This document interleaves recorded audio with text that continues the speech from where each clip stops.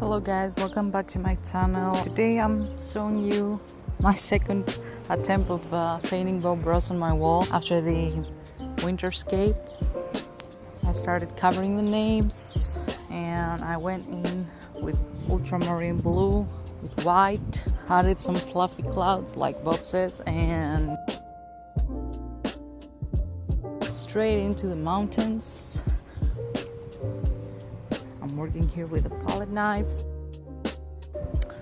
To be honest, I wasn't very satisfied with it.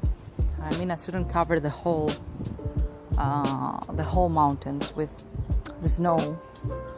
It doesn't add depth. Added some reflections, the trees, and I had a blast painting those green and orange bushes with a big brush. And that's it. I removed the tape and went in for another wall of fame. Next, I will share with you how I did the famous sunflowers by Van Gogh on top of your names. At this point, if you can see your name, comment down below. Thank you for watching and have a good one, everyone.